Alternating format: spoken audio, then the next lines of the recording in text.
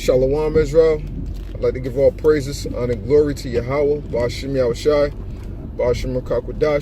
double honors to the apostles and the elders of GREATMILLSTONE, and Shalawam to elect out there doing this work of faith and labor of love and true sincerity. All right, now I want to get into another episode of Speaking Freely. All right, and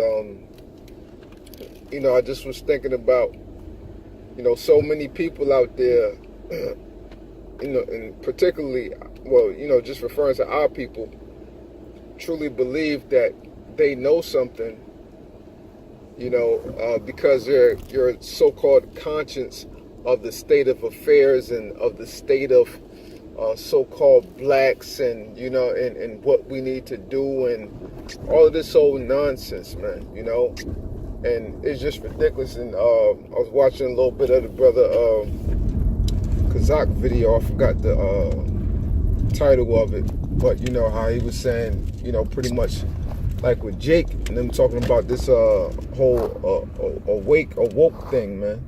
And it's so true that how our people's mind works is that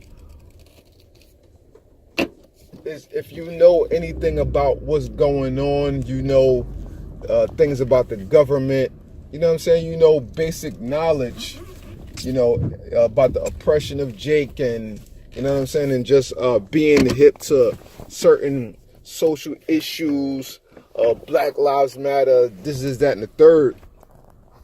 People think just because you know a little bit of history and all of this, that means that you're awoke, man, and it's totally mind-boggling.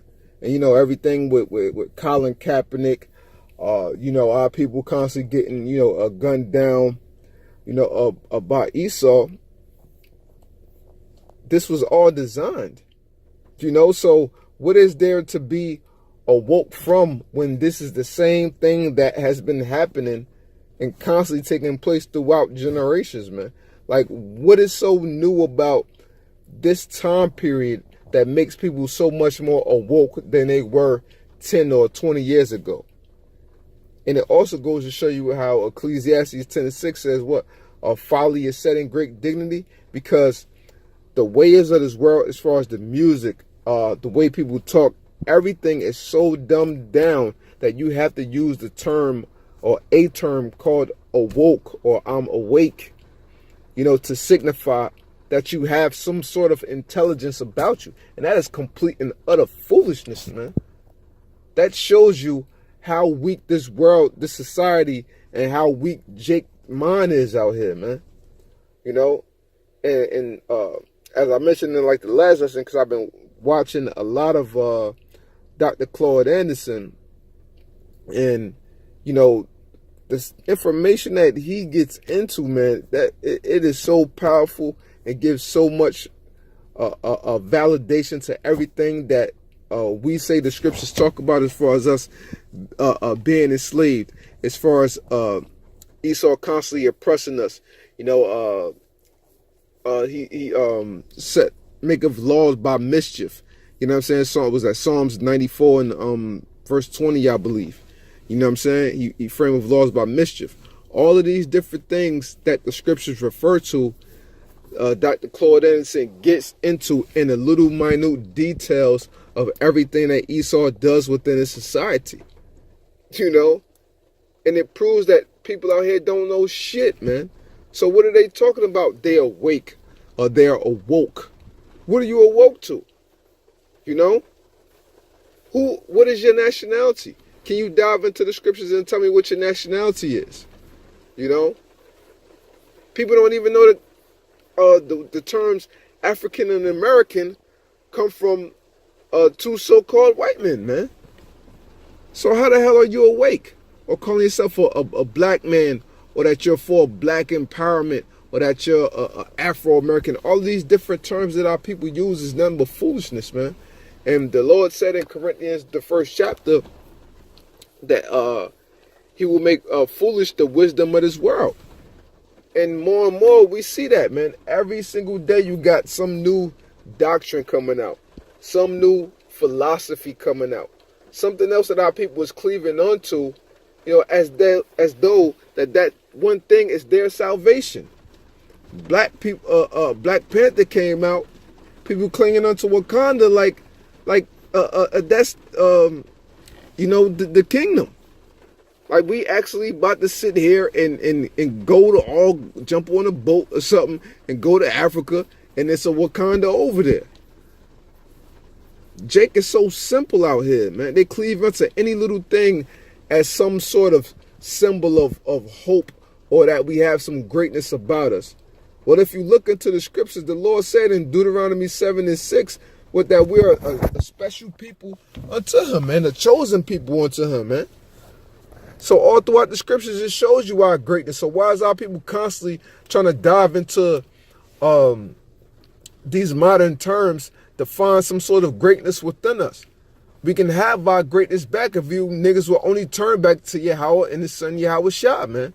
We could be back in our glory, but we got to continue to suffer first, man, for all of our sins, and people got to acknowledge those things, man. No matter what you tell somebody out here, and then the scriptures also give way to that as well, especially when it comes down to family members. People are not going to take you serious. Once they see you in a certain light, that is it. They can't take you for anything else, man.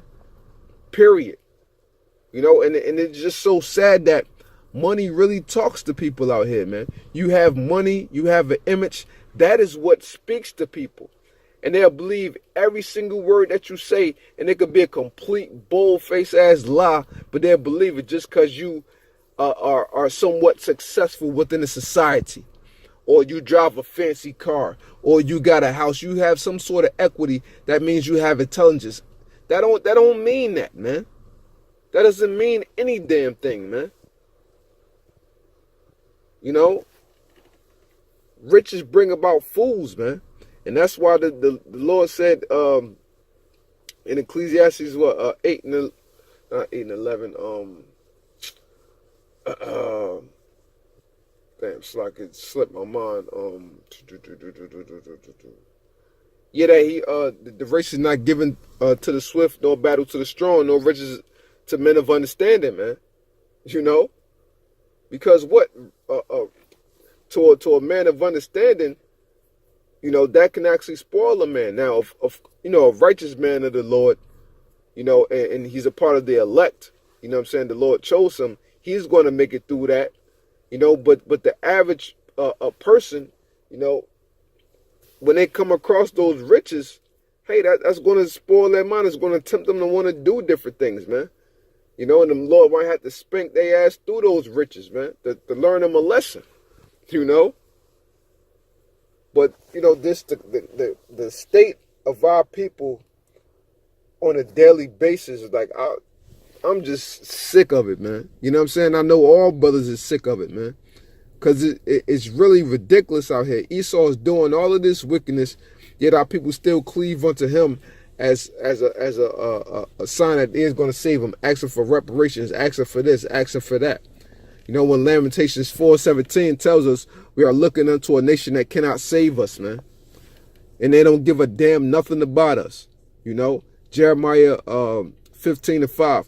Who will have pity upon thee, O Jerusalem, and who will look upon thee and ask how thou goest? Do any of these nations out here give a damn about us or wondering about our well-being? No, they want to be far from us, man. They want to seclude themselves from us, and we're continually the underclass within a society. Even our brothers, the northern tribes, they don't know no damn better, and they cleave more so into the so-called white man than us. Period, man. So our people out here, they gotta get that. Of course, on the whole, we know that's not going to happen, But hey, man, the Lord, he truly has to bring us salvation, man. The Lord truly has to destroy this place, because the mentality, you can't even, like, just talking to people, I feel like I'm bringing myself down to their dumbass level talking to these people, man. It's like we just gotta toy around with these people and use them for target practice, because that's all it is. You can't get no a decent conversation out of the average Jake out here, man, or talk about something of intelligence. They despise all of that, man. If it ain't the newest clothes that's out, the newest rap song, the newest song and dance, you know what I'm saying? The newest entertainer, You know, the newest rookie of the year or something like that. They don't give a damn about it, man. And this shit is fucking despicable, man. We got to get the fuck up out of here, man. Straight up and down, man. You know? Hey, man, you know, so, you know, with that, you know, I just, you know, this is pretty much, you know, event, you know what I'm saying, speaking freely or whatever. So, you know, with that, you know, I hope this short segment was edifying. And, you know, sometimes, man, we just need them spiritual releases, man.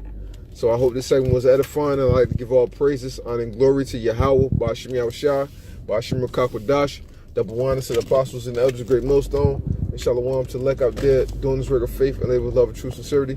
SHALAWAM.